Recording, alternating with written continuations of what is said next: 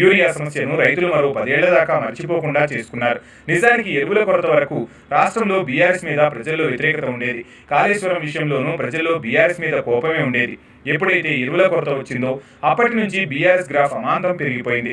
ఈ మధ్యలో కవిత ఎపిసోడ్ వల్ల బీఆర్ఎస్ కు నష్టం జరుగుతుందని అనుకున్నారు. కానీ ఆఖరుకు ప్రజలు కవితనే మర్చిపోయే పరిస్థితిని కాంగ్రెస్ సర్కార్ తెచ్చిపెట్టింది. కొంచెం ముందుగా ఎరువుల కొరతపై దృష్టి సారిస్తే బీఆర్ఎస్ కవిత మధ్య ఆధిపత్య పోరు రసవత్తరంగా ఉండేది. అది కాంగ్రెస్ పార్టీకి కలిసి వచ్చేది. ఒక యూరియా సమస్య మొత్తం కాంగ్రెస్ తలరాత్రం మార్చేసింది. ఇందులో దూరడానికి భారతీయ జనతా పార్టీ ప్రయత్నం చేయడం లేదు. అడగత్తెరలో పోకచెక్క కావడం ఆ పార్టీకి ఇష్టం లేదు. ఎందుకంటే ఏమాత్రం నోరు తెరిచినా ఎరువుల పరంపరలో పరువు పోగొట్టుకునే పరిస్థితి తెచ్చుకునేది బీజేపీని. అయినా బీజేపీ స్ట్రాటజీ ఏమిటో అంతు చిక్కడం లేదు. రైతుల సమస్యలు ఎదుర్కొంటున్నారు. ఎరువుల కొరత ఉంది. అది మా వల్ల జరిగింది కాదనే చెప్పుకునే శక్తి కూడా భారతీయ జనతా పార్టీ నాయకులకు లేదా? గతంలో ఇచ్చింది మేమే, ఇప్పుడు ఇస్తున్నది మేమే, మా వల్ల ఎక్కడా పొరపాటు జరగలేదు అని చెప్పడానికి భారతీయ జనతా పార్టీ నాయకులకు నోరు రావడం లేదా?